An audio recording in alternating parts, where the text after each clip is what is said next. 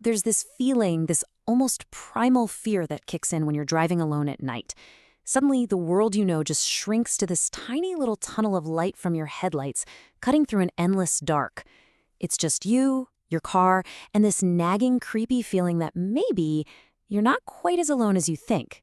Today, we're going to tear that feeling apart and see what makes it tick. So yeah, what is it? What is it about that experience that plugs directly into our deepest anxieties? We're going to get into it by breaking down 3 incredible and true stories of drives that went very, very wrong.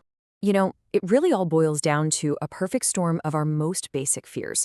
First, you've got the crushing isolation, right? Just you on a road that feels like it goes nowhere.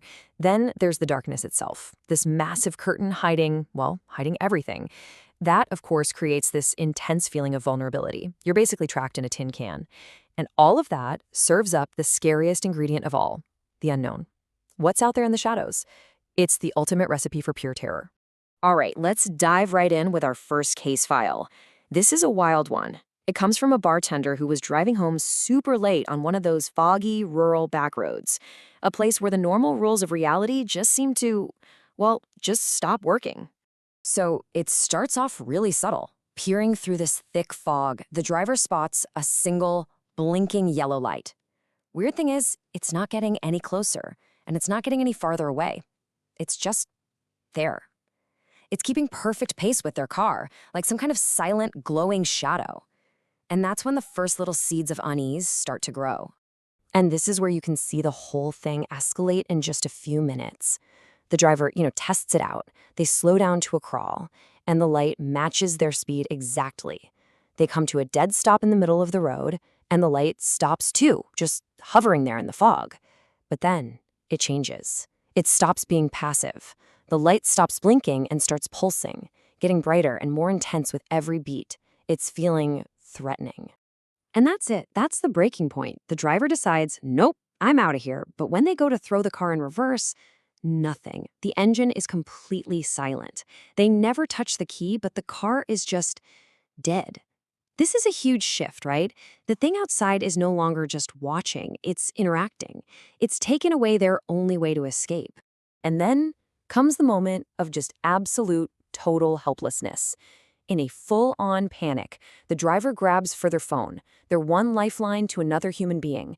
It had 20% battery just a couple minutes ago, but now it's a black, useless brick. The car is dead, the phone is dead, they are completely 100% cut off. This is what leads the driver to this horrifying thought. As that light outside burns brighter and brighter, they realize this isn't just some weird, passive thing. It feels active. It feels predatory. It's almost like it's sucking the life out of the electronics around it, feeding on that energy to get stronger. This isn't just a strange light anymore. It feels like it's hunting them. Okay, let's switch gears for our next case. We're going to move away from the supernatural, from the unexplainable, to something that is maybe even more terrifying because it's so familiar. We're talking about a threat that is chillingly, calculatingly human. So this story comes from a long-haul trucker out on one of those lonely desert highways. For the last 40 miles, a dark SUV has been stuck behind him, keeping this weirdly perfect distance. At first, he just thinks, it's a nervous driver, scared to pass a big rig. But his gut, honed by years on the road, is screaming that something is wrong. He's not just being followed, he's being sized up. The fear here isn't a jump scare. It's the slow burn dread that just gets heavier with every single mile. So he decides to test his theory. He pulls into a pitch-black, empty rust area. And sure enough, the SUV pulls in right behind him. The trucker decides to call their bluff. The second he opens his cab door to get out, the SUV just floors it, tearing out of the lot and disappearing into the night. And that's all the confirmation he needs. They were definitely following him, and they really, really do not want him to see who they are. The trucker is exhausted, figures they're long gone, and decides to catch a little sleep in his cab. But truckers are light sleepers. It's part of the job. And about an hour later, he's jolted awake by a sound that's almost too quiet to hear. The soft crunch of footsteps on gravel right outside his truck. He very, very carefully peeks through a crack in his window blinds, and his heart just sinks. There they are, 2 figures crouched down low by the back of his trailer, checking out the locks with a little flashlight. They came back. And then he sees it. One of the men pulls out a big pair of bolt cutters. The time for stalking is over, they're making their move.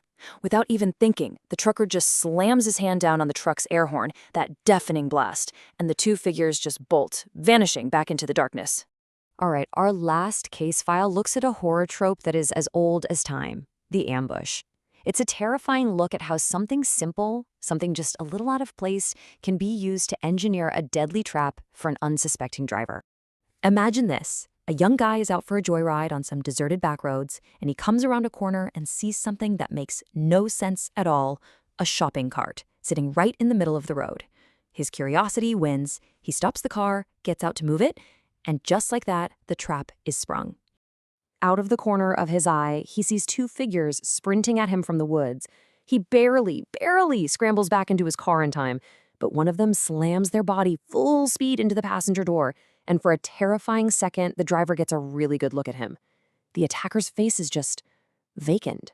His eyes are bloodshot and beady, and he's smeared with what looks like dirt or maybe blood.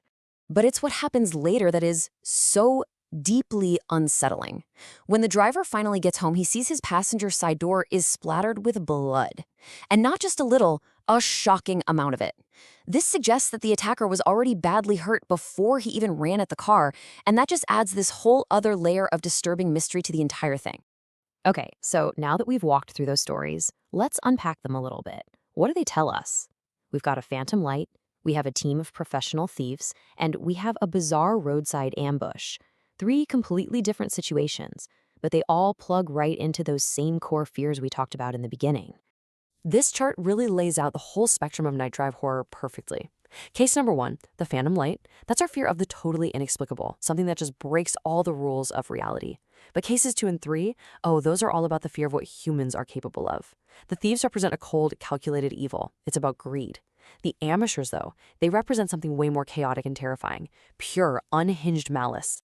And all of this brings us to one final, really haunting question for you to think about.